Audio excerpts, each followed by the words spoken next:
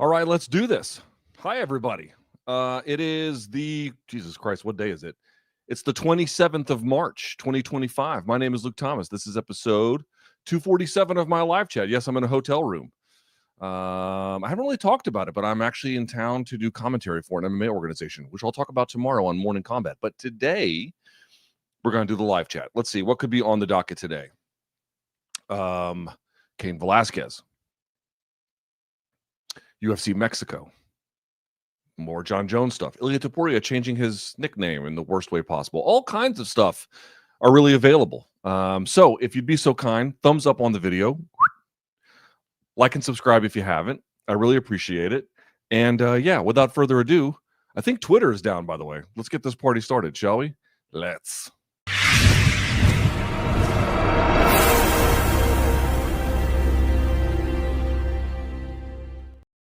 All right. Well, welcome, everyone. Hope you're doing well. Couple of housekeeping notes. Thanks to everybody who we launched it the 17th, so it's been around for a little bit, but got some interesting content up over at my Substack. You can see a link in the description box below. I interviewed somebody who was an EV / like tech vehicle expert, and I think it went pretty well. People seem to like it. So if you like that kind of stuff, it's over there. Please go get it. Thank you so much. Othello, if you could, text me, make sure everything is going okay. Just like give me a thumbs up via text, Othello, if everything is kosher and copacetic with this. That'd be nice if you could do that. All right. What else? Yes, he says everything's okay. Let's see. Tomorrow there'll be MK live at 11 a.m. in the East, all that fun stuff. And I had something else to say, but I guess it doesn't really matter. All right. So I'm on my laptop here. You got to give me a little bit of leeway to get this all right and to make it all work, but we're going to try and do it. Okay. First things first. Let me change the background. There we are. All right. Let's get some of your questions up here, shall we? Let's do that. And of course, you know how this works. I put up a thread the day before. Y'all fill it up. We go for about an hour on those free questions. And then if you want, you can fire something into the super chat and we'll get to those questions at the end of the program. I'm going to try and hustle through these because I have somewhere I have to be after this, but I'm going to do my best to make sure I make this worth your time as well. Okay. So thank you for joining me. Without further ado, let's get this party started. And Othello says it's all good. All right. Let's see here. Let's do it this way. Okay. Jesus, I'm trying to toggle this shit. It's not that easy at once. Okay, here we go. Isn't it just the perfect time for Edwards Masvidal next? There is a 3-piece and a soda history. Both are on a losing streak. Both need a name for either a comeback or a final grand buffet to the face of their career for a summer card in UK or Miami. I wouldn't hate that. I wouldn't hate that at all. I mean, I don't know if Leon wants something like that. It's hard to say exactly where his head is at these days, but I suspect that Jorge would be up for that. I suspect the fan base might be up for it, and the UFC could probably use a grudge match. If I have any kind of observation these days, is that there just appears to be a lot fewer grudge matches than there once were. More just sort of very procedural. I'm here, you're there, let's fight. That's kind of the end of it. But let me see if they got Twitter up. Did they fix Twitter? Oh, I think Twitter's fucked. Yeah, Twitter might be boned. Well, who could imagine? All right. In any event, yeah, I think it'd be nice. I think it'd be cool to have something like that. Let me squeeze a little bit closer so I can lean back. I would be totally down for something like that. Again, it really is a function of where everyone's head is at on this one. But if they ended up making it, it's sort of like the operative question. If they ended up making it, could you see value in the matchup? I could. If they ended up making it, could it sell at the box office? I think that it could. And to your point, kind of depending on how it goes, of course, and for who, but there's a few ways in which that ends up meaningfully contributing to either of their careers. It's not just some kind of silly ass gimmick fight. It can be much more than that. So yeah, I would be, believe it or not, I actually would be totally in favor. All right, let's go. Let's pull this down a little bit. Jesus, some of these questions are long. All right, here we go. Does GSP, with getting the second belt, have so far the best unretired career among MMA fighters ever, and basically the only successful one? From these unretired fighters, who do you think has more left in the tank and chances of relative success as of today? Henry Cejudo, he's active. So is Jose. He's active. Jorge Michite. I know what you mean. Nick Diaz, Donald Cerrone, Kevin Lee, Uriah Faber. Maybe Cerrone. I'm trying to look here. Let me pull this back out. Aldo still has a lot of life left in him, it appears. I mean, I don't know about the highest level anymore, but pretty high level. Henry's close to 40 in a way that I think is really limiting what he can do. Jorge's kind of old, obviously. Although he did perform well in that Diaz boxing rematch. I give him credit. Misha Tate fighting Yana Santos. I don't know about that. Nick Diaz, I don't know about that. Cerrone's a maybe. Kevin Lee and Faber, less so. Yeah, I mean, but you're asking, like, does GSP getting the second belt have so far the best unretired career? I'm not exactly sure what you mean by unretired. He came back and then went back into retirement after that. But as like a second act with retirement in between, I think is what you're kind of driving at. Yeah, that's a pretty good one. Taking basically 4 years off, coming back, jumping up a weight class, getting a title fight, winning it, and then dropping it right away. Like, no fat on that at all. Absolute, like, the most efficient use of your time basically imaginable. It's not going to get much better than that. But, you know, in boxing, we just saw the late George Foreman, you know. Ooh, Jesus. We just saw the late George Foreman get past this, you know, kind of deal with it. He obviously came back and won a world title in his freaking 40s, which is beyond belief.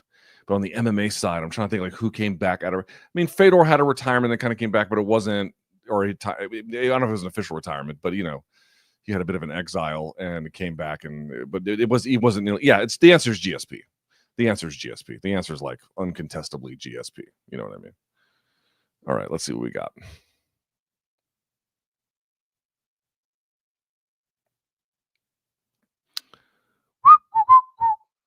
Okay. Hypothetical. Lopez beats Volk for the 145 belt. Lopez then fights Max, and Max reclaims the belt after 5 to 6 years, which in theory would be a very historical feat. Where would you rank that amongst UFC feats, taking into account it took Volk to become washed from the champ he was, and Topuria leaving the weight class for Max to reclaim after losing his last 3 title fights? I think that would be pretty good. I mean, I don't know. I mean, Max seems to suggest he's done at 45. I don't even know why we're still entertaining this. Doesn't want to make the cut anymore. Doesn't look like the cut is, like, not that it was ever easy, but my understanding is it's like really difficult now. I just think, like, oh, Max going back to 45. Here's an opportunity. It's true in a promotional sense. It seems very unrealistic in a physical sense. I suppose if he really wanted to, like Jose Aldo, he could just find a way to cut down and make it. I don't think that's all that crazy, but you know, you're asking where it would rank. It would obviously, you know, going back and winning a title, even when a division has kind of moved on later in life, is still very difficult to do because you have to maintain a level of relevancy and, frankly, you know, skill and just a degree of freshness that is hard to maintain over the course of time. So in that particular sense, I think it'd be quite valuable. But I just think we're wasting our time talking about Max at 45. I would not rule out that he goes back at some point for one reason or the other. But in general, his fighting days are completely absent there. And I don't think he's going to, like, you know, really work at it to build like another chapter to his featherweight legacy. I think he's looking to do, you know, lightweight and then just call it a day kind of thing. Right. All right. Okay. This is a great question. Let's pull this one up because I got a lot of thoughts on this one. All right. This person writes, unpopular opinion. I think the 5-year sentence for Cain is fair. He was firing off a gun and shot the wrong dude. Obviously, I feel for him, but he's got to get punished for that. No, 5 years for shooting someone. He wasn't treated harshly. I'm so glad you asked this because I fully agree. I have found this, like, oh, it's the free Cain thing. I'm not going to say confusing because it's not confusing, but it's not very convincing to me. Okay, let's unpack this for a little bit. Have you guys actually read the arrest report from the day Cain was arrested, or anything like that, like the police report? Like, did you read it from that day? I actually I mean, I read it at the time, but just to refresh my memory about this, I actually reread it this week. I guess I got to tell you, I don't really understand what the case is for giving him no punishment. Like, I've seen people be like, hey, President Trump should get involved. He can't. It's a state charge. But, okay, what about Governor Newsom? And then, of course, it turns intensely political. But the point is, like, you're asking for the governor to step in and then grant him some kind of pardon. And I'm like, aren't pardons typically handed out in cases where the state like made an error in charging someone who was innocent, or somebody who served a bunch of time and who is old and is really no longer a threat, or like society has moved on, like somebody who's been wronged by the justice system? It's not clear to me that Cain's been wronged by the justice system. The first thing I would say is people are like, well, why is the guy who was arrested for allegedly, because he, we have to say that, but for allegedly molesting his kid, why is he walking free? Well, his trial starts in June. So believe me, he's going to see his day in court. I don't know what the hell's going to happen there, but this idea that like, oh, the state just didn't do anything and Cain had to take matter into his own hands. No, they arrested him. By the way, you can read that felony report too. There's not many details in it. It's more just kind of mechanical, whereas the one for Cain's arrest is much more substantially written. But like this idea that like, oh, well, they're just punishing Cain and they're not doing anything about the guy who allegedly molested his kid. It's like, that is absolutely not what is happening here. He's got a trial set for June. Okay, for whatever it's worth, he pleaded not guilty, but whatever. He's going to see his day in court is the point I'm trying to make. I'm not going to weigh in. I don't know shit about what the evidence is that the prosecution is going to lead with, but whatever. Trial in June. Secondly, if you read this report, dude, do you know how long this chase was that he went on? You guys do like pop quiz. How many miles was the chase when Cain chased this guy? It was 11 miles in San Jose in middle afternoon. If you go back and you look at portions of where, by the way, he took his car and he rammed the other car and, shot at them in various places. I actually went back on the map and I put it together. There are schools between this, elementary schools, businesses, ordinary day traffic. It's like, dude, do all, especially if you're a parent, do you understand Cain Velasquez being sent into a blind rage because he was horrified at what he had learned from his child about what had happened to him, or again, allegedly happened to him, whatever the fuck the proper legal designation is, whatever. Can you understand that? Of course, like anybody with halfway decent sense of like morality, and especially if you're a parent, like this is not a difficult thing to understand. And for that reason, I'm not suggesting he needs some kind of like incredibly harsh punishment. That's really not my point. But the notion that he deserves a pardon because he was done wrong, guys, it was a 40 caliber pistol that he used on an 11-mile chase. There were rounds they collected 6 miles up to 7 miles apart from each other. God knows how many he expended. There were some on the ground. There were some at the scene. There were some in his car. 2 eyewitnesses saw him ramming this fucking other car. And by the way, the only people who got injured was the dude who allegedly did this heinous shit, walked away scot-free from this in terms of physical injury. Like, if I had to ask you, what's a better call? Doing nothing and letting the legal process play out, or what he did? How on earth could you make the claim that what he did was a superior option? Do you know who doesn't believe that? Cain Velasquez. Cain Velasquez, did you read what he wrote to the court? He even says it was reckless, it was irresponsible, it was dangerous, it was wrong. Even he is saying this shit. And you can even say, oh, well, then, he's doing it just for self-preservation reasons. And of course, probably that does play a role. Of course it plays a role, right? We live in a normal world where people are going to do things to protect themselves. I understand. But it's not like he's going out there and like trying to fight these charges because he feels he's been done wrong by the justice system. He agrees.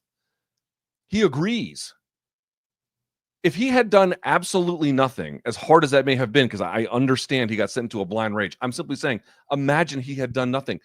Think of all the time he would have had, not in jail, not in cuffs, not paying tens of thousands of dollars in lawyer fees, all for what? So he could lose more of his freedom on the back end. How is that a better alternative? I'm not telling you I don't understand the motivation. The motivation is the easiest part of this to understand. And again, that's why I think a humane solution is basically the one that he got. He's going to have to do a year and some change in prison. He got a bunch of time served for, a crime that, again, I think that there are absolutely mitigating circumstances about it. No doubt about it. No question, there are mitigating circumstances. But dude, he did some reckless shit. Like, here, the only way you can defend that, the only way you can defend it is if you'd be willing to say that if one of your neighbors had a kid and your neighbor found out that their kid, not yours, but theirs, because we're talking about a neighbor and their kid, the kid was being molested, and then the neighbor decided to take advantage, or not take advantage, excuse me, but take matters into his own hands, and somebody you love had to get hurt in the process who had nothing to do with it, then you can tell me that like what happened is totally justified and like I think he should be pardoned and blah blah blah. Because dude, he probably came very close to that shit going super fucking sideways. And but by the way, once again, the only guy who got injured was the guy who's not been charged with any crime, who's not, according to the law, done absolutely nothing wrong. And you could say what you want about this person and the mom and the dad's relationship with the son. That's a whole nother argument. We're talking about who's legally culpable for any kind of behavior. The guy who got hit did nothing. So you hit the guy who did nothing. You had to spend tens of thousands, if not hundreds of thousands of dollars in lawyer fees, literally years of time on house arrest. Your career's messed up, in jail. Now you have to go to prison. How is this a superior alternative? What about this is superior? You got to like act out on rage against somebody who you felt like did an absolutely heinous crime. Again, I cannot overstate this. I totally understand that part. For that reason, I think and by the way, Cain doesn't have a history of like law breaking in the past. He looks to me like he actually believes the things he's saying, that he does recognize that it was dangerous and stupid and reckless and a threat to the community. He seems like it's, and so for these reasons, the sentence he got, I'm cool with it. Like a little extra time, I think is a matter of what's important for the public. You can't just let people like off who do stuff like this. But this like notion that like, oh, he was completely done wrong by the justice system.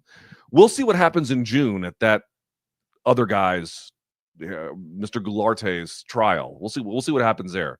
He's facing charges related to molestation. I don't know what the exact name of it is, but he's accused of doing basically the most heinous shit. Like, I mean, I guess you can take your pick about what the most heinous crime is, but this is at the fucking top of the list by most people's standards.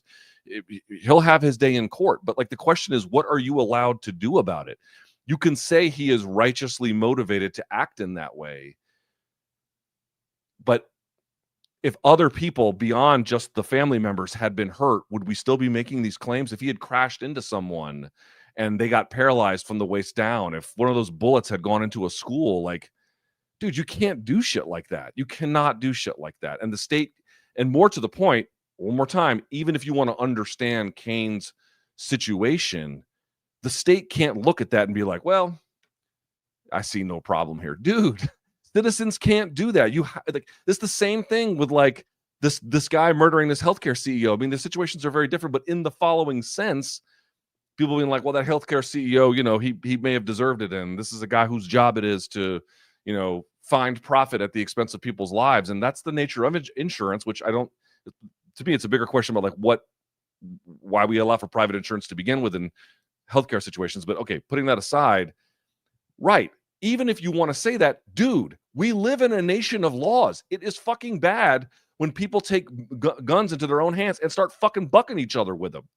Now, if he had done just something where he had shot the guy who was alleged to have done something, we'd probably be having a different conversation. Now, I should point out that it is alleged and he's not been criminally convicted. We shall see. It seems like the evidence is quite overwhelming, but again, fucking California courts. I don't know what's going to happen. But I think it'd be a slightly different conversation at that point, where if it was very targeted and it was smooth, we wouldn't have to have, it still would be a public endangerment kind of conversation to a degree, but a significantly different one, a very different one. But, driving for 11 miles in a car in the middle of San Jose where there's just ordinary people around, again, a sentence that is essentially quite light and humane, which I think the judge did for him. I think he got lucky, if anything. Another judge could have been way fucking more punitive about it, So, let me just say, I you just got to feel for the Velasquez family here. What happened to his son is the most, again, allegedly, but the most unspeakable horror imaginable. As a parent, your worst fucking nightmare. I feel for Cain for that reason. I feel for the little boy and the whole family for that reason. That is obviously just heinous beyond words. And I hope he can find a way to have a happy and normal life, even amidst something like this. It's the most important thing. I feel for them because their dad's hasn't been around as much and won't be around for a little bit while longer. This is all terrible. This is all terrible shit. I fully recognize, but it's a reminder that either we live in a nation of laws or we do not. And I know that there's a lot of people in this world who particularly the rich and the powerful, they just don't get prosecuted for anything and they don't ever have to pay penalties for anything. And it's so frustrating to be an ordinary person and to watch that. But at the same time, you can have, in my judgment, in this particular case, all of the sympathy in the world for Cain, for that child, for his family, which I do. I share. It's going to absolutely suck that their dad won't be there for the next Christmas, or maybe not the one after that too. I don't know how soon he'll be out. But the fact that, but he should also be counting his lucky stars in the following sense, that nobody else got hurt on that rampage. Because then could you imagine that? Could you imagine if somebody else got hurt on that rampage? God, thank God no one did. But could you imagine if someone did and now you really have to do time? There's no getting around it. Dude, that would be you would just the tragedy that already happened would now be compounded to the nth degree. We live in a nation of laws. Sometimes it doesn't feel that way, and sometimes I suppose it isn't. But all of us have a responsibility to do that kind of a thing. And you might be saying, "Oh, Luke, how do you know how you would react?" I don't know how I'd react. If someone did that to Violetta, I'd probably want to fucking kill him too. Almost certainly. And maybe I would, maybe I would act in a fucking blind rage and I would go crazy. Maybe all of that, I'm not in any way suggesting, I'd be, I'll sleep on it and just feel better tomorrow. No, you don't sleep.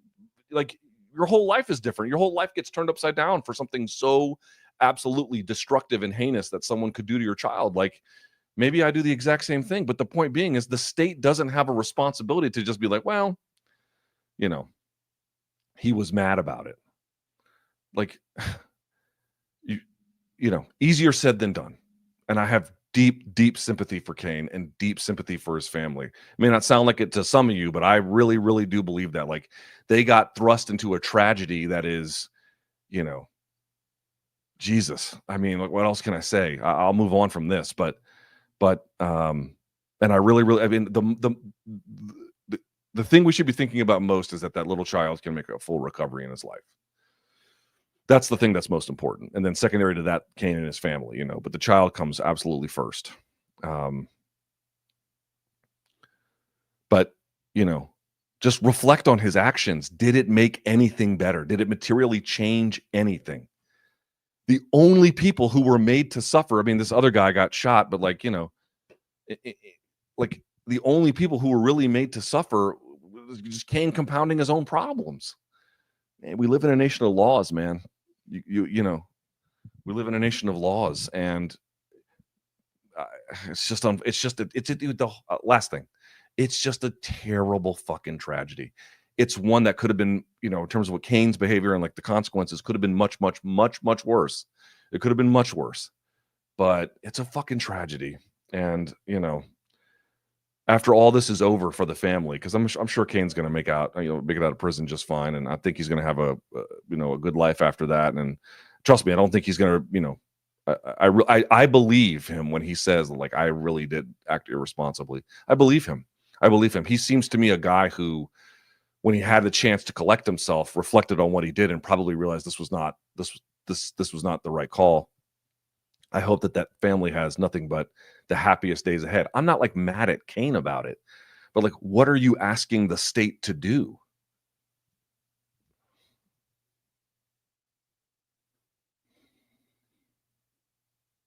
All right.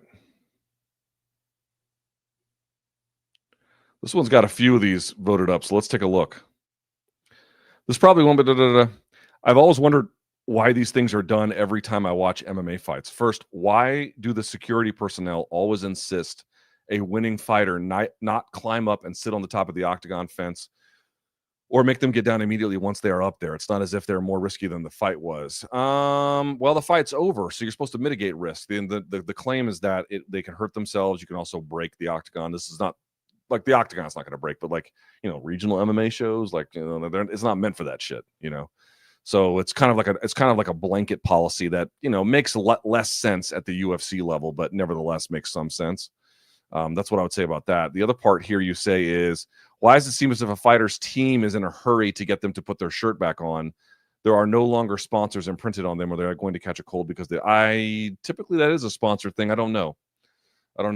Some of them might have sponsorship deals where if they wear it afterwards, they might get a little bit more.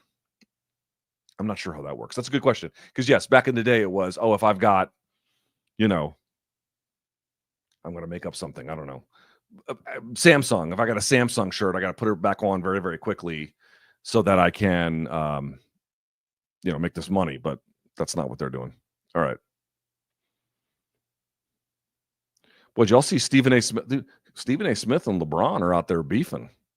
How about that? I mean, I know it's not new, but I guess I saw the Pat McAfee thing late last night. I was like, dude, LeBron went on Pat McAfee? That's interesting. Okay. All right, here we go. I am so glad you asked this. These are good-ass questions today, boy. Luke, why would UFC not pay? This is the question this is maybe the most important question that may have ever been asked on this live chat.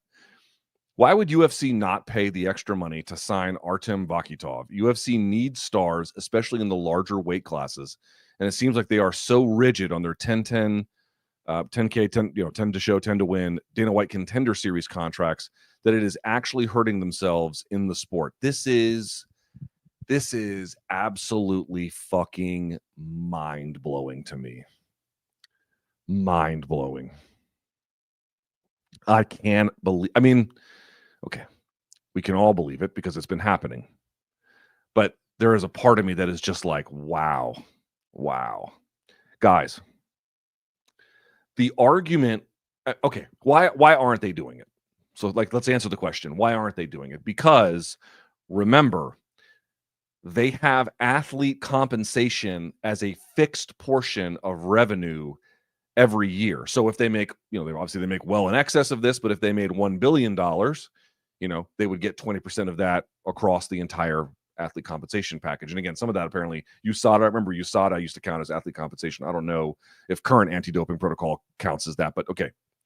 So if they make $1.5 billion, again, it goes up from there in a proportional way, but it stays constant at roughly 20% or below. At a bare minimum, it never exceeds 20%. That we know that from the court documents, and we know that they wanted to keep that as, essentially relatively fixed.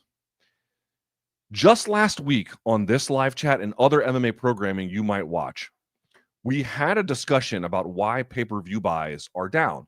And of course, like anything, there's a bunch of explanations for it, not least of which is a lot of people just don't like ESPN Plus.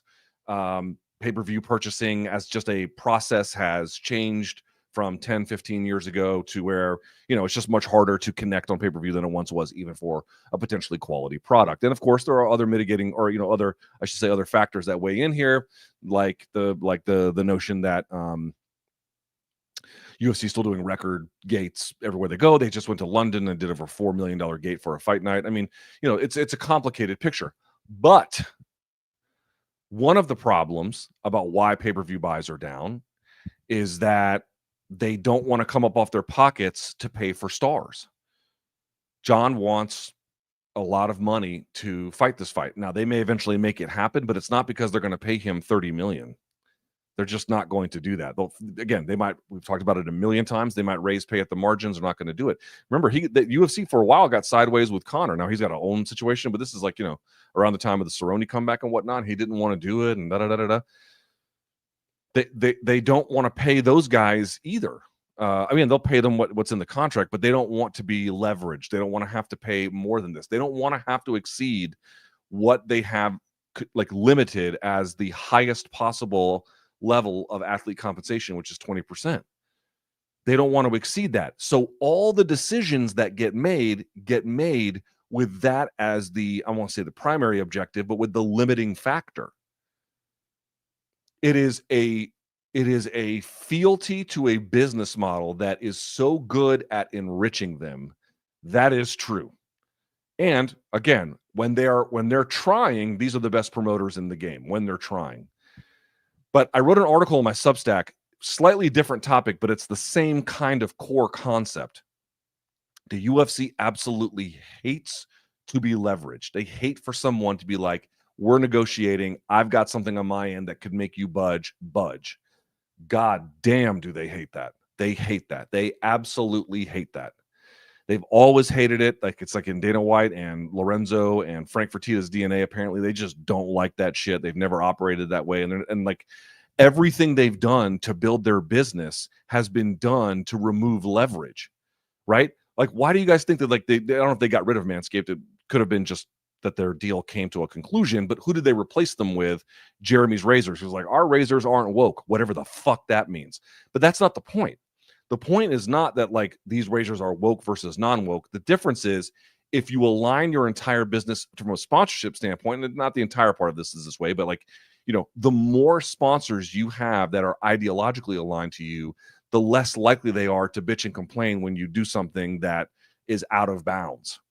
It's not going to be out of bounds to them. And even if it is, they're just not going to say anything. They're limited in that way. You can't be leveraged by, in a normal business when you have sponsors. Think about it if you're Rafael Nadal, a tennis player, and you've got sponsorships with Rolex and Visa. You can't go fucking about and then expect to keep them on board.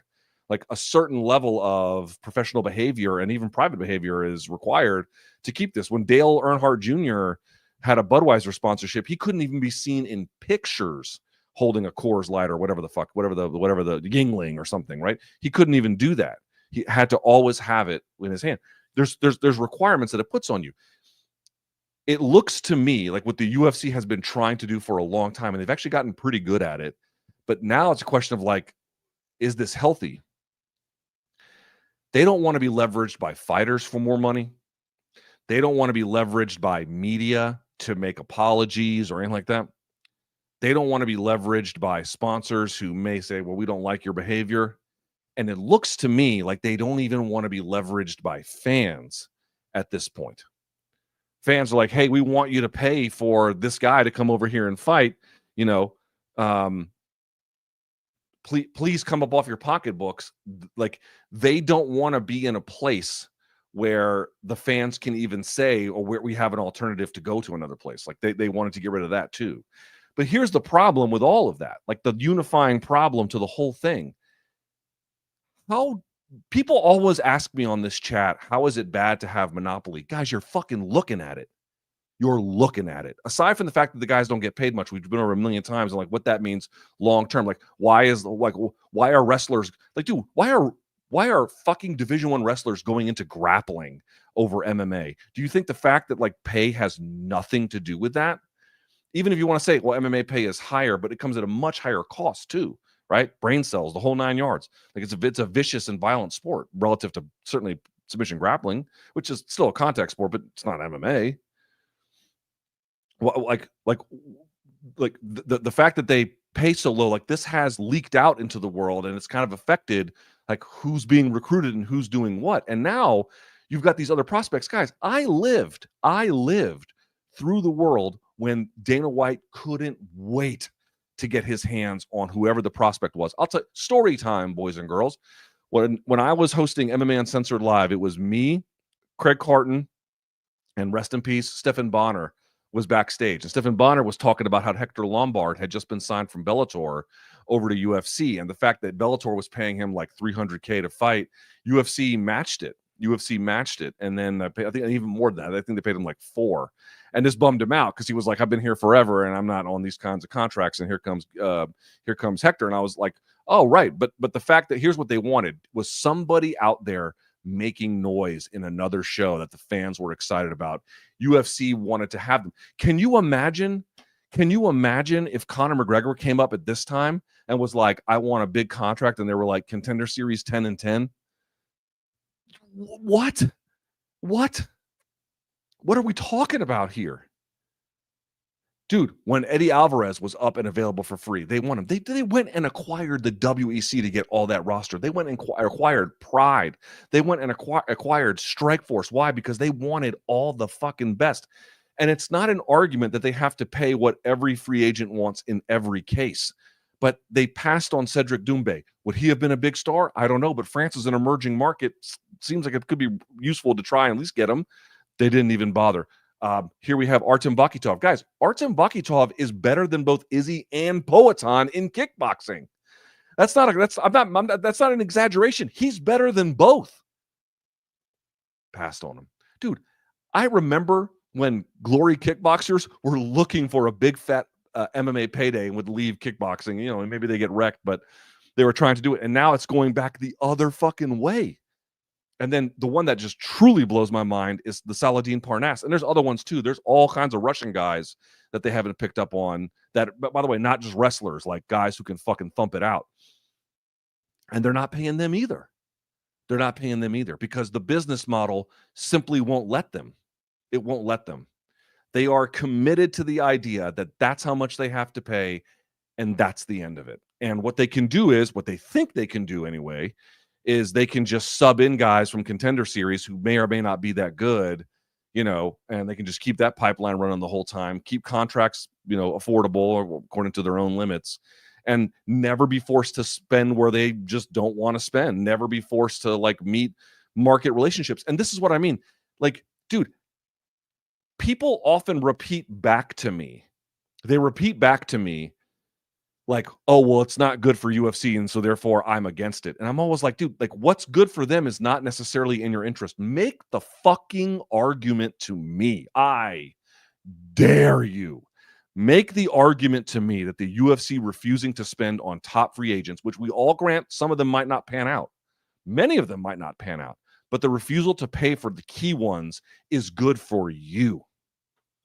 Make that argument. Make the argument that people sitting out long stretches of their careers, including stars, or I should say noteworthy stretches, is good for you. What you want is a business not to be overwhelmed by competitive pressures, but you want one that is forced to act to meet competitive pressures. You want one that is forced to hustle for your dollar. You want one that is efforting to acquire the most interesting talent imaginable. And the point too about this is, imagine the Doumbé thing failed and Vakhitov failed, but like the Parnasse thing hits.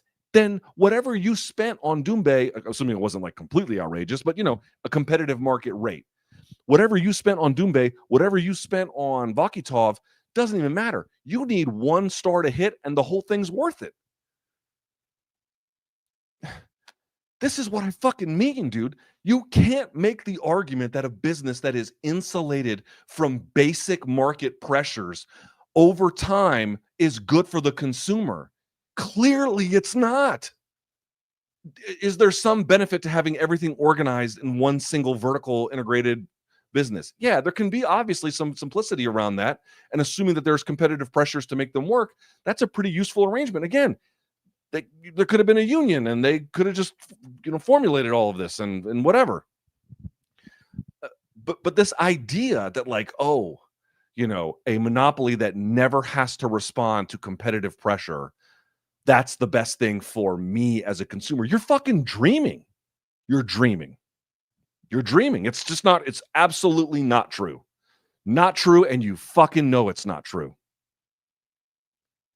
You don't want them wrecked by like tidal waves of pressure where nobody can last. But they should have to hustle for your dollar, right? They should have to hustle for your time, right?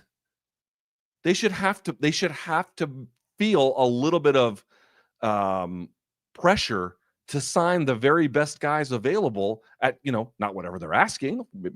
All these deals won't necessarily work. But it's just so funny. When they wanted to acquire Eddie Alvarez, it magically worked. When they wanted to acquire Hector Lombard, it magically worked. When they wanted to acquire any number of other guys from outside the organization, it magically worked. And now all of a sudden it magically doesn't. I'm sorry to tell you, I simply don't believe this. I don't believe this. I don't believe it at all. I don't believe it for a second, and neither should you. And one last thing on this.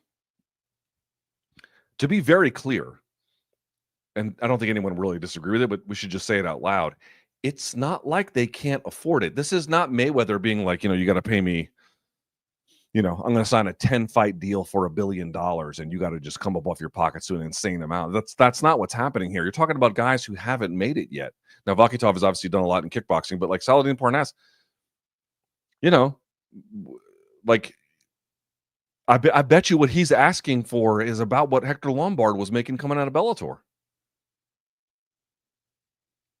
Can't pay it anymore because you got to pay Rick Rickerson and Donk Donkerson from the Contender Series, 10K. I mean, guys really have to rethink this. Oh, monopoly is good. There are situations where monopoly confers certain kinds of benefits. Yes, that is true. Make the argument that a business that is so dominant that it no longer even feels compelled to respond to fan demand in a way that we know demonstrably they used to respond to when they had a different incentive structure, that this is better this way. You're fucking dreaming. It's not. And it's not. Every one of you watching knows it's not.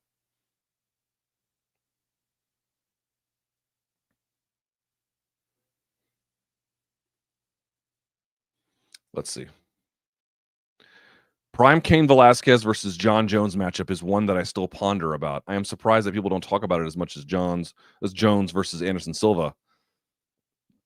I am curious about your opinion on the matchup and why there is no big push for it. There was for a time. That was the one that I wanted. Dude, we used to spend like countless MMA beats talking about that. Cain versus Jon Jones. It was the fight to make at the time, but we just live at a different time. That one was a little different. Silva versus GSP felt like one that they could have made. And of course, you could have made Jones versus Cain too. But if we're going to beat up UFC for not making certain fights, I think we have to be a little bit fair about it. Like, I thought that there was a real opportunity to make GSP versus Silva, and they didn't. The Cain one never quite came up. I mean, you could have said, did you have to do Cain JDS3? Could you have, interested in Jon and jumping up? Yeah, again, it could have been made, but it wasn't like one that I felt like really got away. Just kind of unfortunate that it never really came to be made. But it's the GSP one. The GSP and Silva one is the one that really got fucked up. All right, let's see here.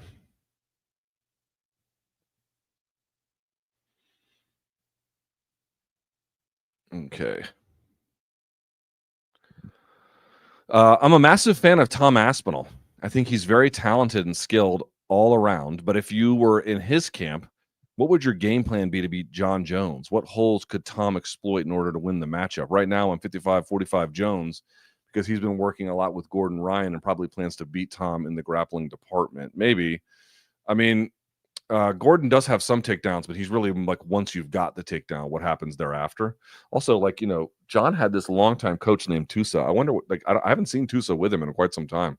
I don't know if they're still working together, or I don't know what happened there, but not like he's gonna, tell me. If I'm Big Tom, I'm looking at the Dominick Reyes fight. I think pressure.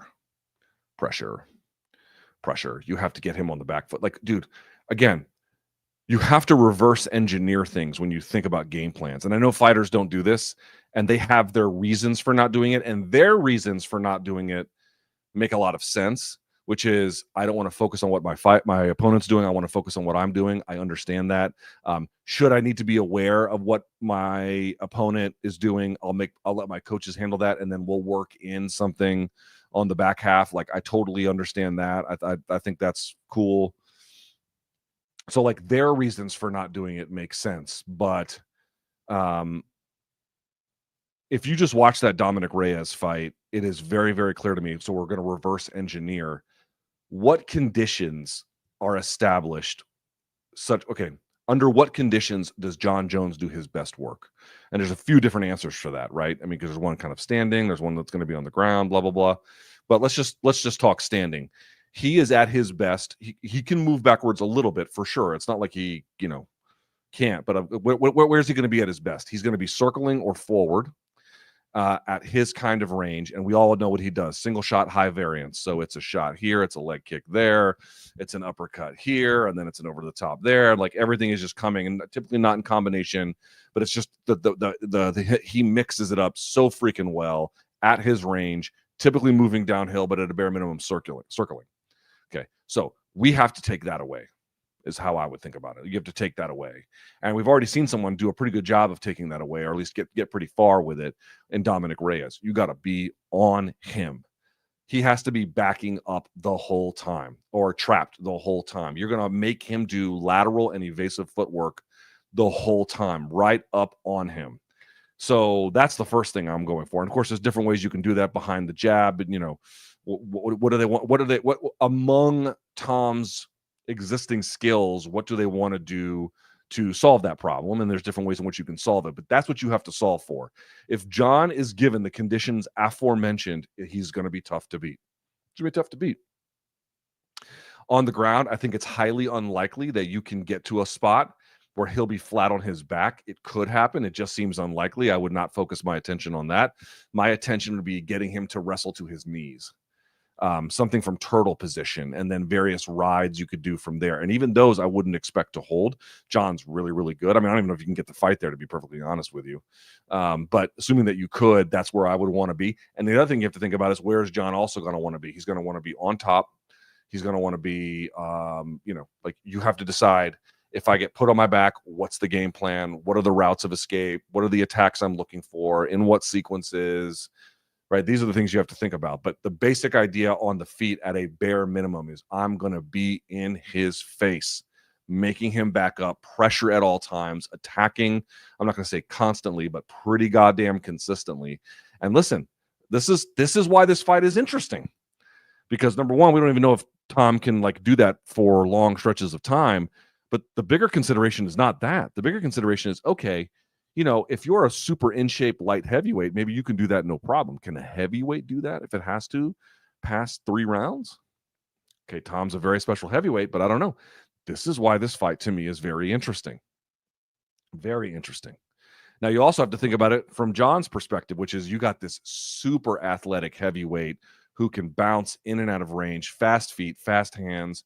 You got to slow him down. So I think they're going to want to, back him up if they can. And if they can't, they're going to want to establish contact, underhook on their terms, and then try to wrestle him to the floor, and just make him work from underneath, or, again, wrestle him to his hands, kind of a situation, But you have to reverse engineer. Under what conditions does Jon typically thrive? At what ranges, and what weapons does he use? Like, Jon's got a little bit of that, who's saying it? Bilal Muhammad. Bilal Muhammad was talking about Leon. He's like, or maybe, no, excuse me, it was Brady. I apologize. Brady was saying, like, Leon's a bit of a pretty striker, where he likes to, like, be at his range on his timing. And Jon's a little bit more adept than that, obviously, but there's a little bit of that with Jon too. When you can really disrupt what he's doing and make him where he can't set his feet all the time, again, easier said than done, but if anybody can do it, it's Big Tom. Yeah, that's what you're looking for. That is what you're looking for.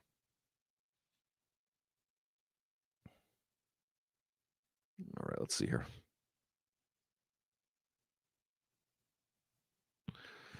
If you had to choose between means you can only have two things, so it has to be if you could choose among Amanda Nunes, Valentina Shevchenko, and Zhang Weili to give the female GSP title to, who would it be? Jesus, none of them. I mean, they're all. Let me clarify that. While I have my criticisms of women's MMA, first of all, these three women are incredible and deserve everybody's respect. I want to be as clear about that as I possibly can be. It's just that none of them are a great fit. Like, would you like? Okay, when I think of GSP, I think of a guy who came from Kyokushin Karate, who was able to out wrestle the Division One national champions, even though he never wrestled before. He was Canadian, and this was the guy that Freddie Roach was like, he has an amazing jab. This is a guy who like had a particular style, but like was super cerebral, super athletic, didn't make a lot of mistakes, phenomenal cardio. Just beat every different kind of welterweight they could throw at him for year after year after year. Just a really, truly incredible guy in that way, who, again, learned on the job in ways that were like better than his peers even could do, who had been doing it for such a long time. Who is that among these women? Like, Amanda Nunes is the most devastating puncher I've ever seen in women's MMA.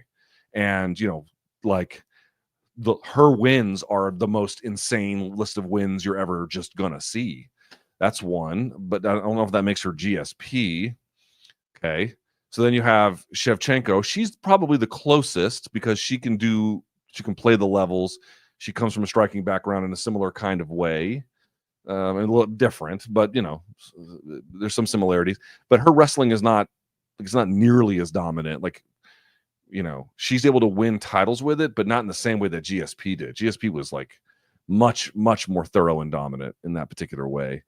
And then you have Zhang Weili, who I think is maybe pound for pound the most skilled of all three, but she's had some real hiccups along the way. Now, of course, St. Pierre did, that first Matt Hughes, the first Matt Hughes fight, and then the first Matt Serra fight did not necessarily go as planned, but maybe Zhang Weili is the closest. It's the closest, but also she's a little inactive. He was much more active. He was hardly ever off for, it's a couple times, but he was hardly ever off for injury. But more to the point, you have to understand what St. Pierre represented. When he was there at the time, wrestlers were just like, okay, so there was the Miletich, Carlos Newton era of welterweights. Then Matt Hughes comes along, two-time Division I All-American, fucking country strong, right? And he's just bossing motherfuckers around, beating Hayato Sakurai, all these donks. And you were just like, whoa, like, this is different. Look what an athlete. Look how skillful his wrestling is. Holy shit. And then that ushered in, of course, not just him, but at light heavyweight, you had the Coutures. At middleweight, you had the Hendersons and the Lins, and also at welterweight, you had Frank Trigg. You had just all these wrestlers coming over from Division I, from the Olympic team, blah, blah, blah. And then St. Pierre shows up having never done any of that shit scholastically, and then just dominating these hoes. You know what I mean? Like this was like a revolution to why, like, you couldn't, like, St. Pierre was special in the way where, like, we didn't even think Canada could make a guy like that when they did. We knew that Canadian fighters could be good. Hello, Carlos Newton, who was the previous champion. Bulldog choke. You ever seen him bulldog choke Pat Miletich? It's amazing. Like, we knew that Canada had good fighters. We didn't know they could do that. And then he just comes out there, and it's like complete, like, this shock of ability and athleticism. I just, I don't, like, I'm not, to say nothing of like all the women's side, I don't even know who would be the lightweight GSP. You know what I mean? Who would be the 205 GSP? I don't even know how to answer that question. GSP is something of a unicorn in that way, All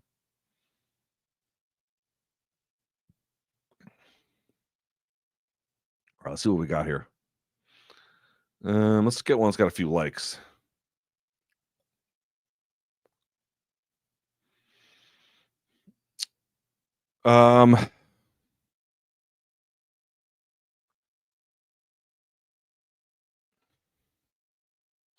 Let's do this one. I don't know if I have a good answer for it, but I'm going to try.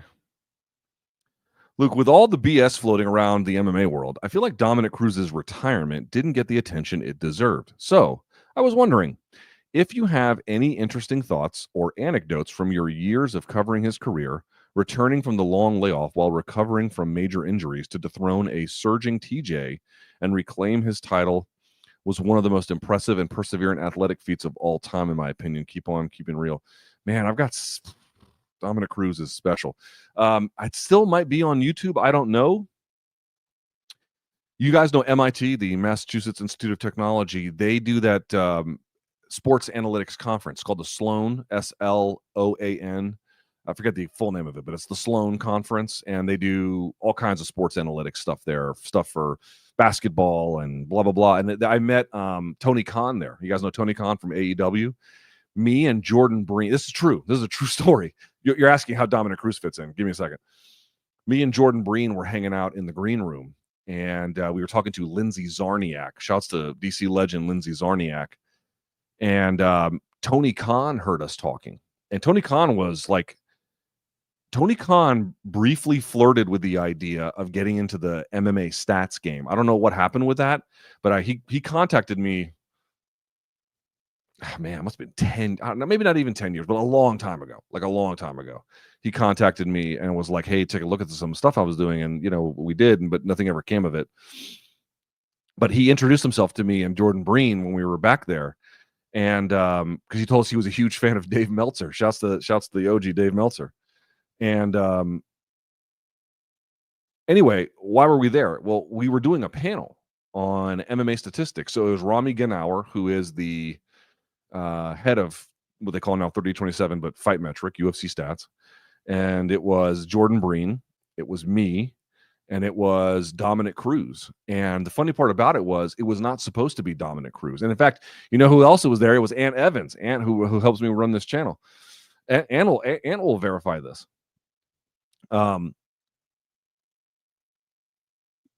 Cruz was not the guy who was scheduled to be there. This is MIT. It's not MIT students, but you're talking about there's math people everywhere and, stats nerds and whatever. They pulled Dominick Cruz, they're a late minute replacement. I think it was supposed to be Rashad Evans or maybe Brian Stan, something like that. Brian would have been great, obviously, too. But they pulled Dominick Cruz last minute, and dude, he balled out.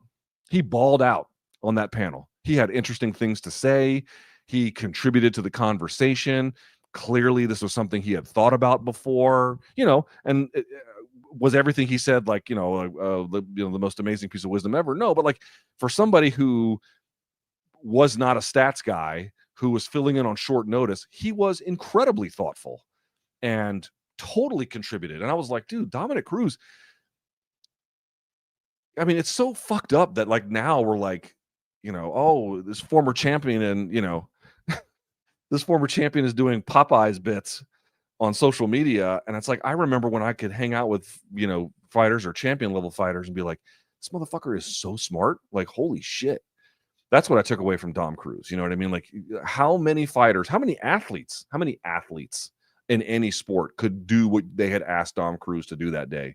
And he just show up and and everyone's like, oh yeah, cool. This is, I never thought of it that way. This is great. I was very, very impressed by him that day. I mean, I was already impressed with him before that, but that was one of those days where I was like, okay, Dom Cruz, okay. You know what I mean? Very, very impressive. He's a very impressive guy. I remember when he told me years later to get through some of the training camps. I don't know if you guys, you might remember this, but he was Botoxing the bottom of his feet because he had plantar fasciitis that was so bad he couldn't cure it, but he couldn't stop training. So he just Botoxed the bottom of his feet to numb it out, But I think that I don't know what it's called, but I think that panel with me and Jordan Breen and Rami and Dominick Cruz is still up. Don't take my word for it. Go listen to Rami, or sorry, not Rami too, but go listen to Dom. He had interesting things to say. All right, in the interest of time, we got to get to the paid questions because I got somewhere I got to be. So let's see what you got here. I appreciate it. They texting me. Is Twitter still down? Oh, now it's back. Okay. Now it's back.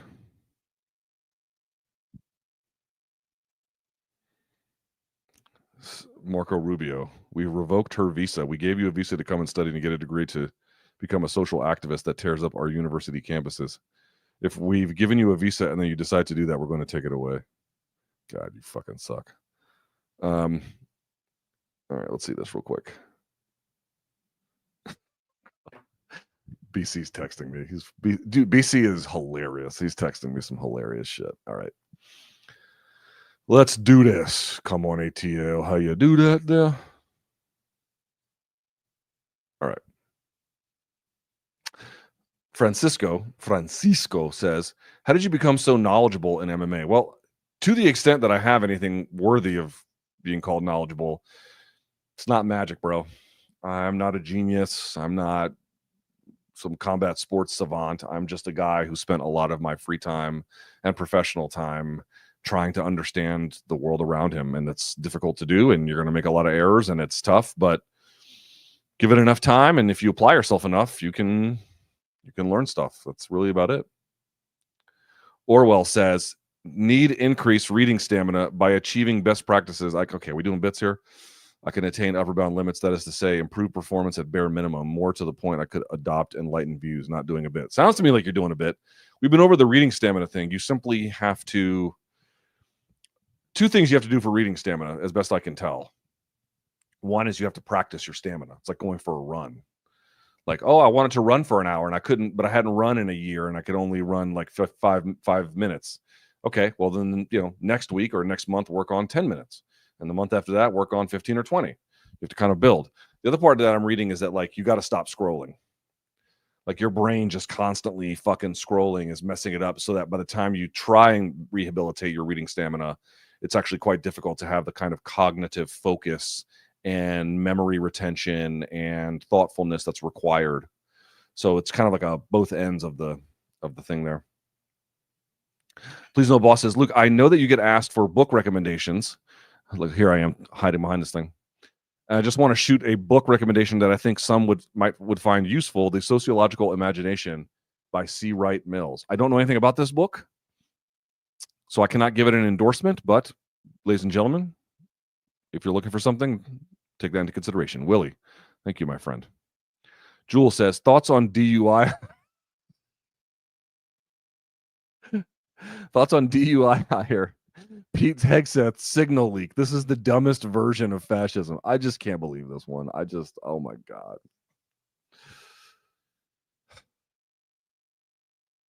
What are you even supposed to say? First of all, is it classified? Yes, it is. I mean, it's just quite obviously classified. There is a legal argument to be made before a court that, like, what they shared on Signal doesn't exactly meet the technical definition of war plans, which would require a greater degree of specificity around specific targeting location according to coordinates, and much more than that. Like, it would be very, very specific. This is much more generalized. So it may not meet the kind of legal definition that the court would take issue with, but it's quite clearly like confidential and secret information. You would need a security clearance to take a look at it, right? So like that part to me is like, there's no debate. Like they can say whatever they want. There's no fucking debate. I have two big responses to this one. The first one would be, like, understand what the context is here. Okay, understand the context. What were they bombing? They were bombing Yemen, the poorest country in the world. And they were bombing Yemen because they were trying to get back at the Houthis, who are being disruptive to shipping routes, particularly for European goods, but not exclusively European goods. And and anything to get to Israel. They're trying to create basically a naval blockade to stop that. Why were the Houthis doing that? They were doing that in solidarity with with Hamas. They were basically saying, as long as this genocide is going to take place, we're going to make life hell for everyone in these shipping waterways. And in fact, when Hamas and the government of Israel reached an agreement for a ceasefire, the Houthis stopped. They stopped.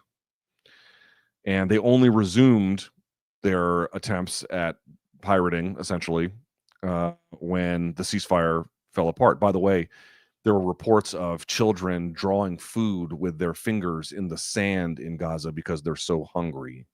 We're starving them. We're starving them. So I want to point out something here. They disappeared in this country, Mahmoud Khalil. They took this PhD student who was a Fulbright scholar off the streets, essentially around Tufts University, close to Boston, basically. They got another one today in, I think, the University of Alabama. There is a Korean girl who's a 21-year-old, I think, junior or senior at Columbia, who's in hiding because and suing the current administration because she's been here since she was 7. She's on a green card. She had nothing to do with like planning any protest. She had nothing to do with like activism. She wasn't a part of any group. She just attended a protest. And they're going to try and deport her. I bring this all up to say, holy shit, you guys. What did I say last week or maybe the week before that on this very live chat? That Gaza has come to the United States. And what I mean by that is our government is now bombing the poorest nation on earth. By the way, we assisted the Saudis in doing that as well under different administrations too. Now, trust me, this is bombing Yemen is a bipartisan Washington tradition. Let me assure you. We are bombing them because they are trying to blockade, as we mentioned, along these lines of as protests of the genocide. I bring this all up to say the chat group was about bombing the Houthis, or Yemen essentially, was about bombing Yemen at the same time as our civil liberties here are in threat, all over the exact same conflict. How is it everything that this country is doing, I mean, I'm exaggerating, how is it so many parts, so many consequential things, both foreign and domestic, that we're doing is in response to what the government, the people who man the government currently in Israel want us to do? J.D. Vance on that thread even says we don't even really, this shit doesn't even really affect us that much. I mean, fine, we can do it, but like very little American commerce is affected by any of this. Like we don't even necessarily have a role to, we have no direct interest in that particular way that the relative to what the Houthis in Yemen are doing. That conflict has been brought here, and it is eroding civil liberties. It is leading to scandal based on other downstream effects, but it's all tied to the exact same place and the exact same conflict. All of it deeply, totally, at best, utterly unnecessary. It is unnecessary for us to be removing students who literally attended a protest. Guys, protests, activism, or I should say protest, activism too, really, but to make it simpler, protest, being critical of the government, taking to the streets in a totally friendly, legal way. This is central to the American experiment. Like, this is who we are. This is what we're supposed to be. And we're doing all of this in service to nothing that has to do with America. Like, what the fuck are we doing? And does no one see like the common denominator here and how like disastrous this is?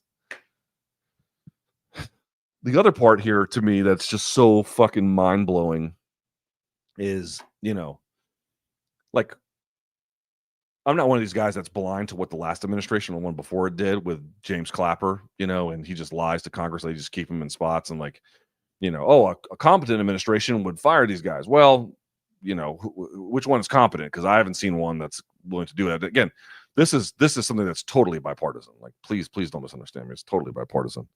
But the reality is, these guys, like Heck says, should absolutely be fired. He should absolutely. I mean, this is a disastrous situation. Not in terms of like what the ultimate practical effect would be, but like Like, why do you think they're using Signal when they're not supposed to be? They're doing that so they can stay outside of, they can communicate in a way that won't end up on records requests on formal government devices that they're required to do that by law.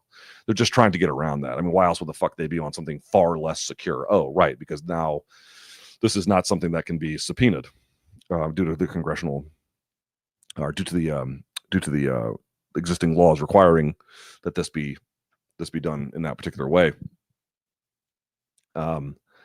And you know, Hegseth is just, he's the Hegseth is in over his head. He's in over his head. I have a lot of respect for somebody. He made major. I have somebody that, you know, I do have respect for people on some level that, you know, become a field grade officer, but he's a low field grade officer. And that is just not somebody who is prepared for this level of detail and demand. And, you know, you might say, oh, well, what's the practical effect going to be? It's the United States military. They're still going to get by just fine. And like, you know, I'm not predicting like calamity, but I lived through what happens when the people who are in charge of protecting you are not good at it. And it changed the world. So at a bare minimum, it's probably worth having a healthier respect for like doing that job correctly. But I just find the fact, like the context of what's happening to me, like the most Orwellian shit. Like, we're doing this all in service of another nation whose interests are very distinct from our own. Why the fuck are we doing this?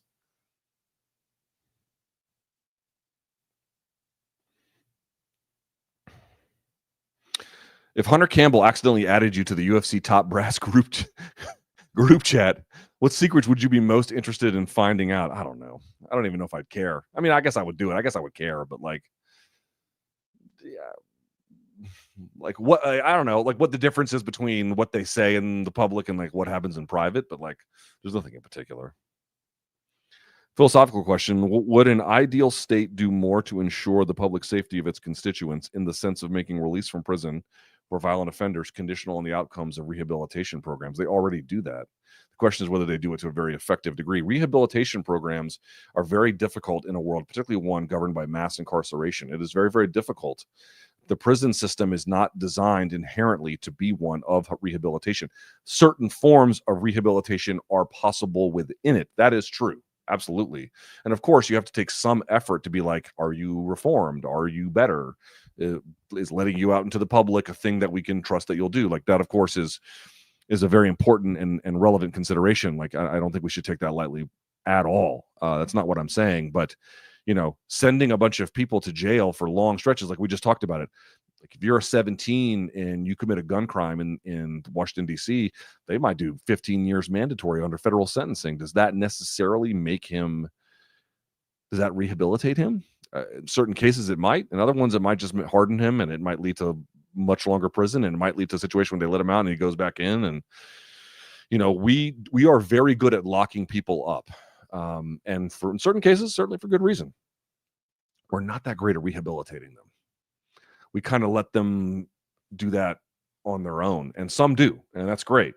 But I don't think that this is a place that can credibly claim that like we do robust rehabilitation, especially when you see how other countries do their own prisons, and they're very, very different, you know. Lord of the Pies, welcome. Jacob says, Luke, can you add me to yours and BC's Signal chat? Yeah, we don't have one, but if we do, I'll be sure to add in, I don't know, Ariel or something. I don't know. Ryan, welcome to the party, my friend. Connor says, Luke, what is the best organization to fight in for pure striking? Karate Combat, Glory. One is great, but their contracts scare me. Thoughts? Probably Glory. Probably Glory would be the most prestigious, certainly. Hits blunt. Prime Cain, no back injuries versus Ubery before the chin gave out. Prime Cain beats him up. Gotta ask, have you rubbed one out at the hotel? Does a bear shit in the woods? I don't know, guys. What do you think? Michael says, serious question, Luke, not a prude at all, but do you think MK's constant sexual innuendos is holding MK back from growing the sub count? No. No, I don't think that at all. Nope. Sure don't. Max says, so is it safe to say Leon dodged a bullet by not fighting Khamzat Chimaev when they were scheduled to fight? Yeah. Yeah, old Hamzat might have fucked him up real proper. Yeah, that's probably a good call. Dylan says, damn, I shouldn't have smoked that shit. Now I'm in the Luke Thomas live chat. Welcome, my friend. Lazy Bet. I was digging into fighters from my hometown recently and was shocked by amount. What lesser known city springs to mind as a hotbed for combat sports athletes in your mind? JBR and MK all day. Obviously there's a lot in like Des Moines, Iowa is going to have a lot. Like Lincoln, Nebraska is going to have a shit ton. Some of these like Midwestern states, St. Louis has got a bunch. In terms of boxing, Baltimore's got a lot. DC's got a lot. But those are kind of bigger cities. You're talking about like sort of like second tier cities. Yeah, those are some big ones like Lincoln, Nebraska, Des Moines, Iowa. They're always going to have like a ton of guys coming out of there. Cesar says, Luke, how do you see Ronaldo Lazy Boy Rodriguez fight going? Also kind of crazy how he only has 2 fights in the UFC. He already has 2 million. Chaos, madness, chaos, absolute fucking knockdown, drag out madness. And I'm not even doing a bit. That's exactly what I expect from him. Feeling Poatan gets it done in the rematch. Certainly we put these guys in difficult positions, right? Where we're asking them to fill in on short notice at times. This one was not that case, but the fight has to go forward, and the UFC was reliant on Poatan, and so he just fights all messed up, and then he gets messed up, and then it's a mess. But I do think the rematch will be different. Whether he'll win, we'll see. But the rematch should definitely be different. Ryan, Luke, I've been listening for a while. Just became a member today. My favorite all-time fighter is Sean the Muscle Shark Shirk. He was fighting 2 to 3 weight classes, big for belts. Plus, the nickname is amazing. Tell me why I'm a donk. No, you're not a donk. Dude, Muscle Shark is amazing. The Japanese gave him that name, if you're wondering, Sean Shirk. Sean Shirk, he used to do this show where they would go to his the UFC used to do this show on Spike where they would go, this is before YouTube. They would go to like the people's hometowns and their gyms, and then they watch him train. And they went to Shirk's training, and it was like the most fucking insane thing you ever seen in your life. And he ate this paste that he made, like this gross paste. He would like put it in his mouth, and it was like it was kind of like brown with like it didn't look like shit exactly. It just looked like the nastiest granola bar you'd ever seen in your life. And I'll never forget this. They ask him, they're like, dude, how does that taste? He goes, taste? I don't eat this for taste. I eat this for performance. And I was like, I'd never even thought of food that way. You know what I mean? Like, of course, like, you eat certain things like, hey, I got a big test today. I need to have a nice meal so that I'm not hungry in the middle of the test. Something like that. But like, I never thought of it on like, I don't eat for taste. I eat for performance,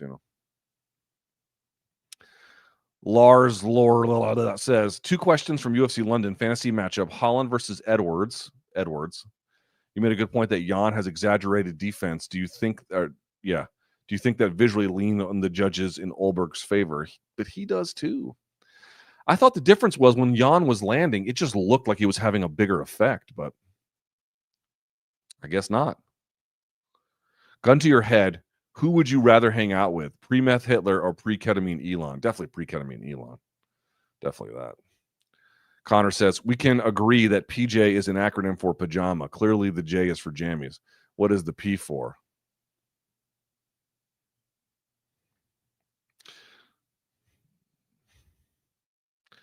Otterpop says, do you think Don Davis could be a plant by Dana? I refuse to believe someone can be so inept at making good business decisions.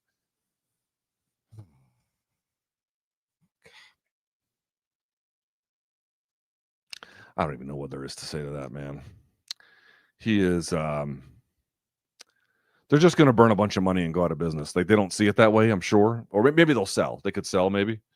But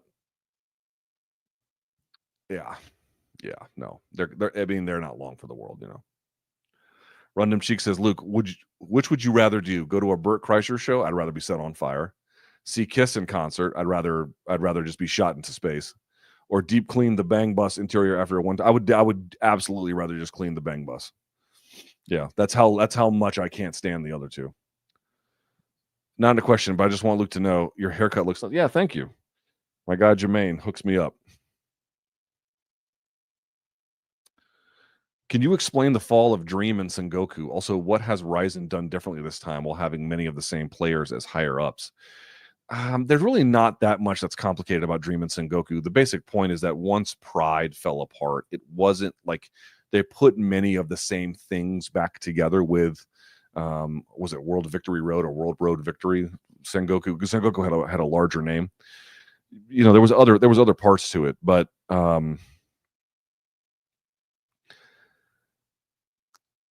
the reason why Pride fell apart is because obviously they had this Yakuza scandal, and their whole ledger was messed up too. But the Yakuza scandal just put a stain on MMA. And so what people don't really understand is it wasn't like Pride went away and like everyone else just put the same amount of what was happening back into the sport. Like the sport disintegrated there. It was the before Pride fell, it was the home of MMA. Japan was the home of MMA. In my lifetime, I saw Japan as like the home of MMA, and all of that fell apart. All these major teams fell apart. There was a talent exodus. The gyms got smaller, and there's been some rebuilding over time, but like the whole scene just kind of got smaller. So like Dream and Sengoku just didn't have enough to take advantage of that boom that made Pride what it was. It's really not complicated. Luke, why does it seem like there are more southpaws in MMA than boxing? Because people play with stance more. I doubt it because there are more left-handed people in MMA, but rather has to do with the grappling aspect. That you can get guys who are right-handed, but they'll stay in a right-hand lead, and they'll do that in boxing too. But it's a little bit more common in wrestling, where you need to be what's called sugar foot. So between stance switching and then the grappling component, yeah, that'll play a role. Thank you, Andrew. Afghan says, "Are you in any government group chats discussing plans to bomb other countries?" Not yet, but give it time. You know. Chow says, advice for someone who's developing a skill set but has a bit of imposter syndrome and always comparing yourself to others. For example, photography. Dude, I do it too. But listen to me very closely. Do not fucking compare yourself to others. It is the thief of joy, and it will ruin your fucking development. People are like, oh, your development happens on your own timeline. It's so goddamn true. And you might be like, oh, well, I'm going slower than the other ones. For now.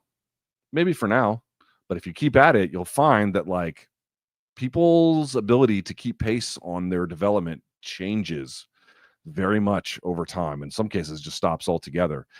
You have to just keep swinging the axe on your own terms. I'm telling you. And the other part too is, oh, I have imposter syndrome. So fucking what? Have it. Dude, do you think anybody told me to start this YouTube channel? Did anybody tell me you should get into MMA journalism or commentary? Nobody told me shit. And did I feel like I was ready for it when it happened? Absolutely not. Like this Substack, this whole thing could fail. The whole thing could absolutely fail. I have no clue if it'll fail. It might fail, you know. But like, I'm not waiting on someone to give me permission to do it. I'm just like, who told me I could make breakdowns for fights? Nobody told me I could. If I was waiting around for someone to give me permission, I'd still be waiting.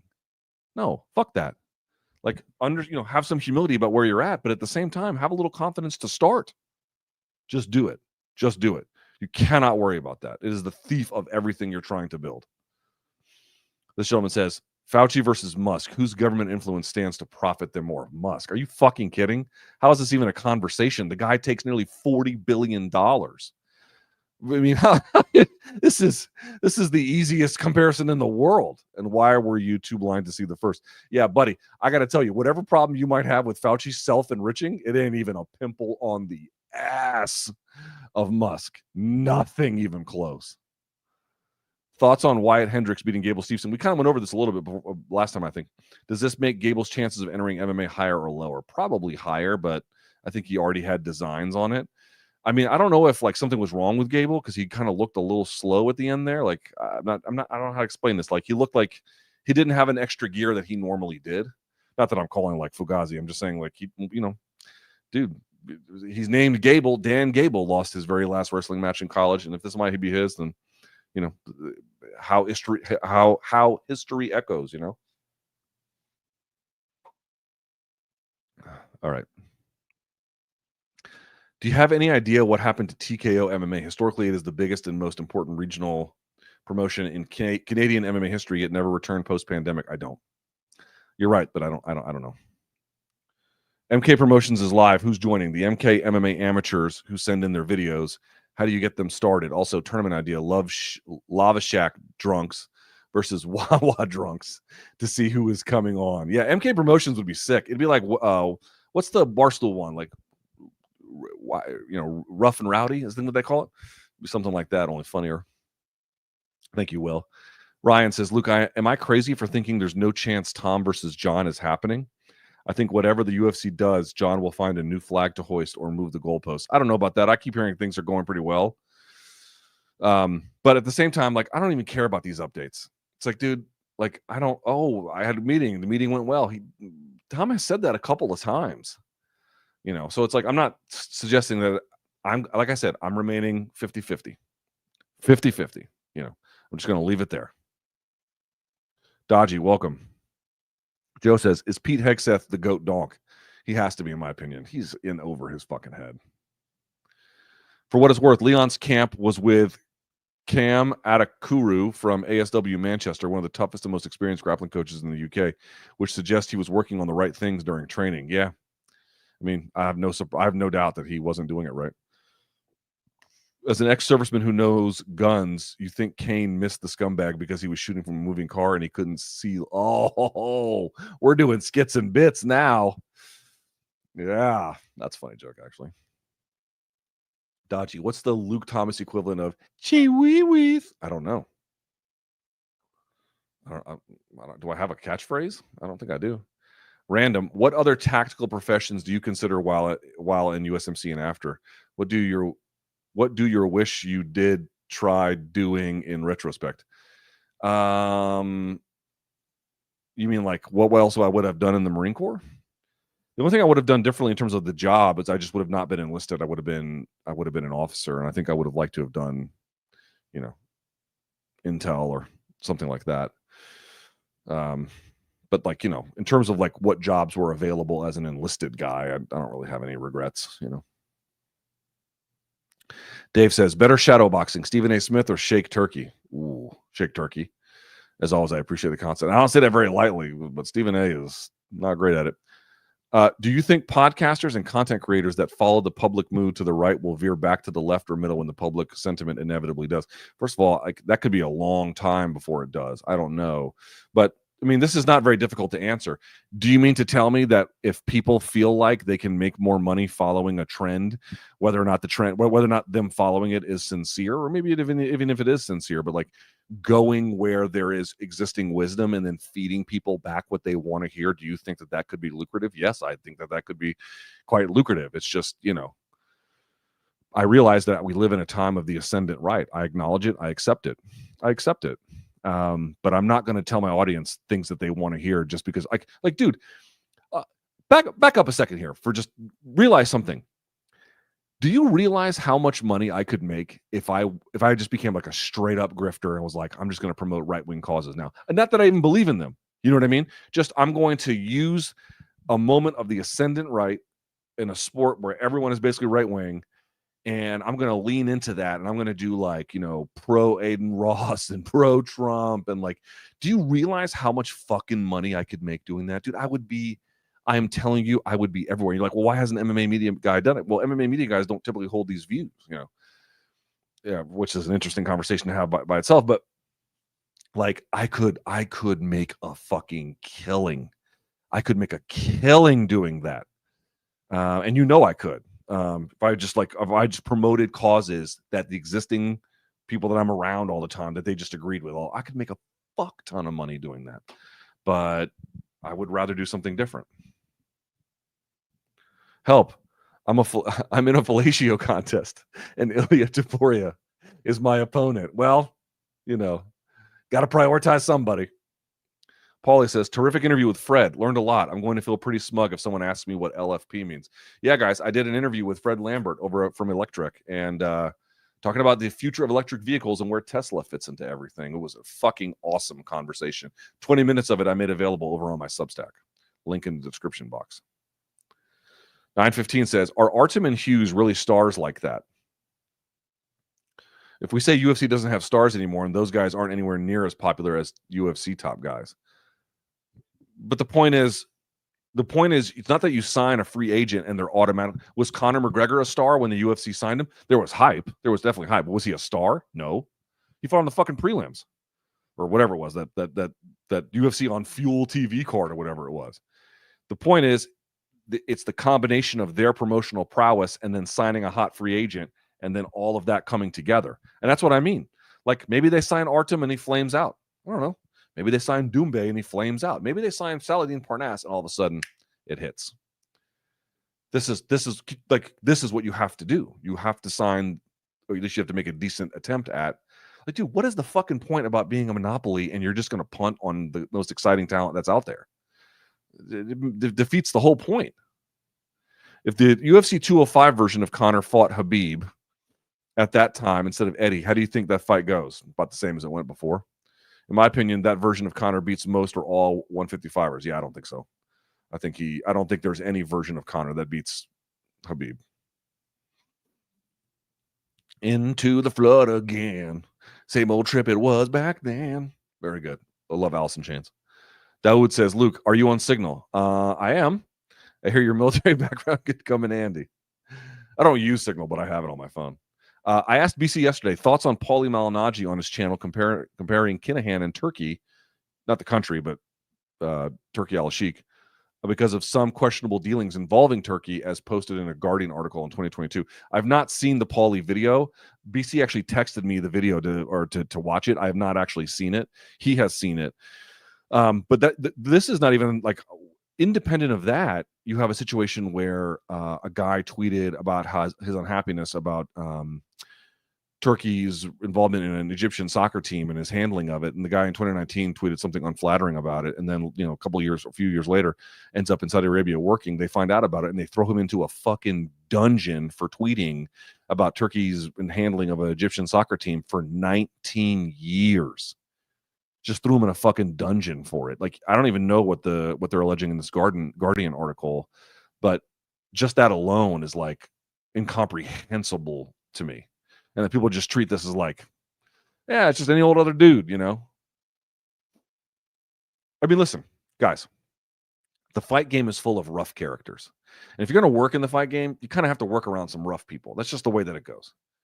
But there has to be some kind of limit, right? I mean, I don't know, it's different for everybody, but like, I don't know, throwing people in dungeons for 20 years because they're fucking tweets.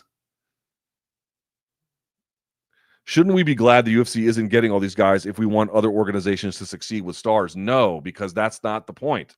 People think the argument is, I'll put it back up, because we want other organizations to succeed with stars, that would just make them a stronger monopoly. What do we want? Guys, if you're going to be a monopoly, you need to be a monopoly. Here is the problem. And people,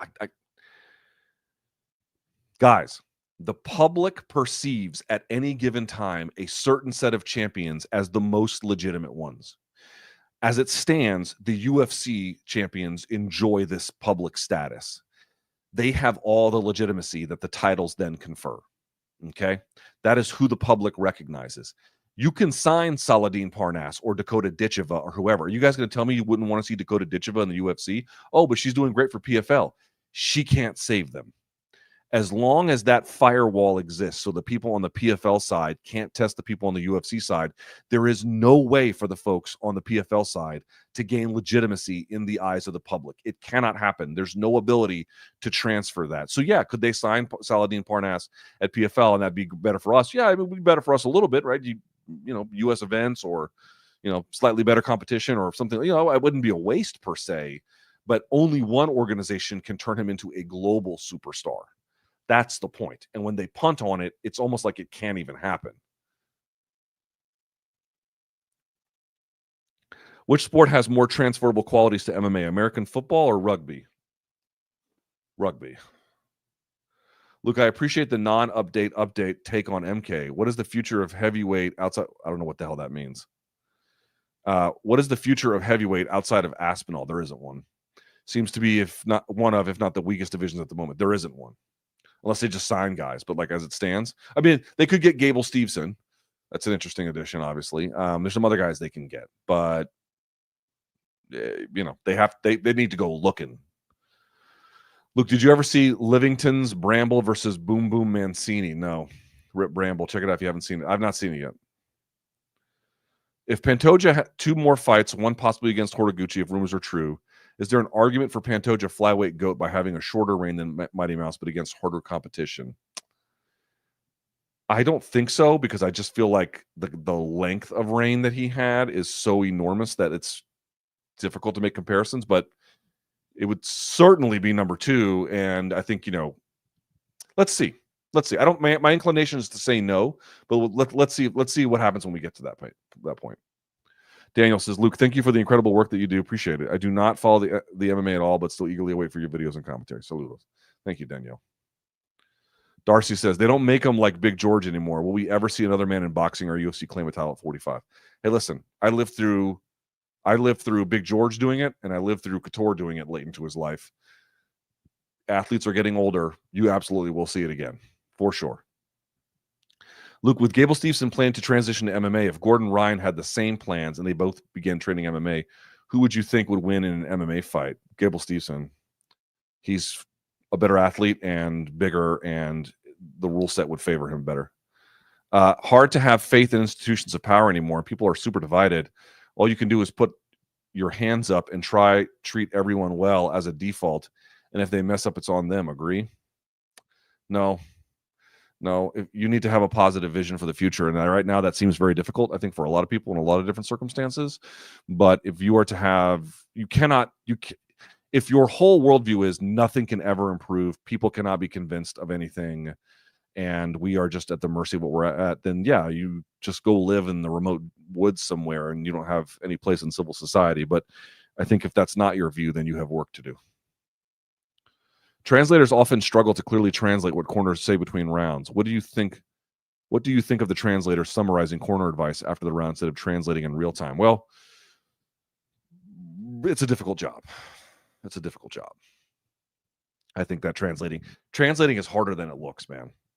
It's harder than it looks. And so, could they pay extra to get like really good translators to do it? Yes. And again, the guy that they have right now, who's the GOAT for like the Portuguese and Spanish translation, he's amazing, but it's tough. It's a tough job. He makes it look easy. Imagine Sean Brady becomes champ. How do you think of the fight between him and Islam would play out at 170? Man, could Sean get the fight to the floor relatively easily? That's an interesting one. I'd favor Sean a little bit, but that's a hell of a fight. I favor Sean, but that's a fun fight. I'd love to see that. I'd love to see that fight. You know what I mean? People are like, oh, Islam has to go fight for the title at 170. It's like, I don't know how that's going to work, but if he can't, there's some good fights for him up there.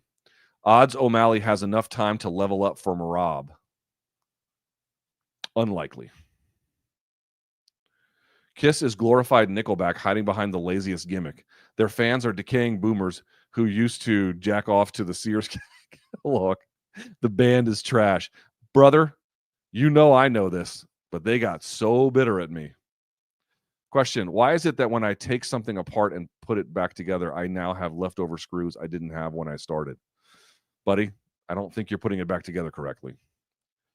This gentleman writes, what is Renier de Ritter's upper limits? I think he beats Bo, but does he have what it takes to be the first one UFC champ? I don't think so. He's a little slow athletically.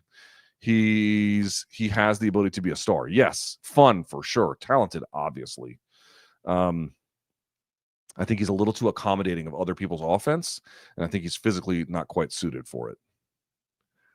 Breaking down the fight, MMA analytics. I don't know what the fuck that means. Oh, sorry. This is the title of the video that me, Dom Cruz, Jordan Breen, and Rami did on YouTube. I think it's still up. You guys can go take a look. Yes or no? Number one, Prime Cain is active and uninjured, but Jon never competes in UFC. Yes, sir. I don't know what I'm saying yes or no to. Oh, you mean like that world? No. 2, Abdul Manap doesn't die and Khabib continues his title reign, but Connor's hype train ends in 13 seconds after getting stopped by Aldo. Sure, I don't care about that. Fine. He'd still be a big star. Lil Lou says, Luke, I'm having trouble deciding if I should acquire a degree in order to obtain a better paying job. Should I make that leap since life is so fragile and short, looking for a way out of the rat race? I don't know your field. I don't know what certifications it requires. Generally speaking, there's a positive correlation between higher salaries and higher level degrees. I think in general, getting a degree is a good idea, but, make sure you're doing it in the most affordable way possible, How much weight, if any, would you recommend an amateur fighter cut? Is 25 pounds too much? 25 pounds for what weight class? 25 pounds for what? Welterweight? That's, something. But like, what weight class? What weight class are we talking about? I know you've seen it already, but Princess Mononoke is in theaters right now. That's right, for the first time in 4K and IMAX. It's my personal fave Miyazaki film. Theaters energy was on par with Boy and the Heron. Yeah, I'm dying to go see that when I get home. I'll be home Saturday afternoon. Saul MK all day. Christian says, what stunned me most was not the signal group, but the lack of empathy when their actions let a building collapse on an entire family. Well, once again, dude, Obama used to do it to weddings, family gatherings. Like, this is just what the American government's been doing for a really long time. I mean, please don't misunderstand me. I certainly share your very normal human reaction to this, but you know, let's be clear, this is not in any way exclusive to Trump whatsoever. Biden let a whole genocide take place on his watch. Obama was bombing fucking weddings. You know what I mean? Like, it's gross, but it's just what happens. Jackson says, one of my political pet peeves is Republicans going Democrats are the party of slavery, KKK, completely ignoring the Nixon white Southern strategy and realignment post-civil rights movement backlash. Yeah. It's a very old and stupid argument, but they'll make it at times to trot it out. It's not very convincing, really as convincing as like, you know, also, I don't even know what the hell the point of it is. Like, we're trying to develop policy for now and then the future, you know, trying to claim some kind of heritage that has absolutely been undone by the party's own actions, you know, seems a little bit silly to me. Another bad faith argument I heard a coworker make the other day was that the Nazis were actually, no, they weren't. They were not fucking leftists. This is a ridiculous fucking conversation, which is laughably ignorant of history. Any thoughts on right-wing commentators pushing those narratives I raised? Yeah, it's important to go to college. It's important to go to college. Like, nobody who has any kind of like legitimate, nobody who has spent any time in post-secondary education looking into that would ever make a fucking claim that stupid. Unless they've got like just total partisan blinders on. But like, you know, it's very easy to be like the Nazis are bad and, you know, like they were fascistic. You know what I mean? You could say I lean to the right and I don't like the Nazis. Yeah, cool, totally. I mean, that's a very normal thing to say, but like, oh no, what they actually do. This is such a worldview based on just like total contrarian. Oh, you know what? Churchill was the bad guy. And again, Churchill was a bad guy in certain ways, but like they're just trying to invert the whole way in which you understand the world on like everything. Oh, climate scientists, wrong. You know what I mean? Historians, wrong.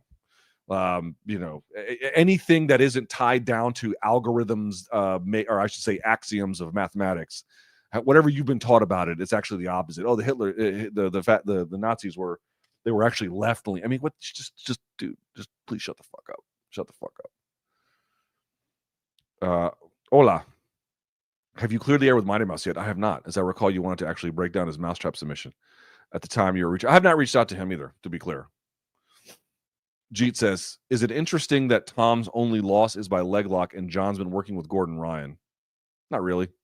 That's why I mentioned it in the comment earlier. I mean, it's semi-interesting, but not that much. Gordon's abilities extend far beyond leg lock capacity, and John's going to need those to do well. If you have to do something every day for the rest of your life, what would you rather do? 1, watch Two Girls, One Cup in full, kiss BC as full, and make out. Gee, what the fuck, dude? Jesus, what kind of stupid ass question is that? Terrence says, is the USA the best of the worst governments? What was it?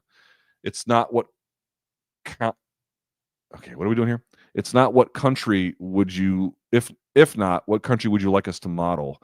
Also, can I email you a tattoo artist and tell me if the work is good? Yes, you can email me. There's an article by Juan Linz on Juan Linz is spelled Juan, Juan, last name Linz, Linz, and he wrote basically, I've talked about this before. He wrote a paper basically explaining that what you really need is a parliamentary democracy, that if you have the presidential system that we do, that it will inevitably break down. And the only two that hadn't, well, really the only one that had never really led to anything in terms of breakdown of the order that it was set up to establish was us in Chile. And then Chile fell apart. It's back together now, but for a time it fell apart, and that we're basically just leaving us. And that is falling apart too. So Juan Linz, check out that paper. A parliamentary democracy is typically better. I live in Wisconsin, this person writes, and Elon seems very invested in our Supreme Court race. Yeah, he's even offering random $1 million awards for random voters. Can you imagine if George Soros was doing this and like blatantly taking to social media and going on about this?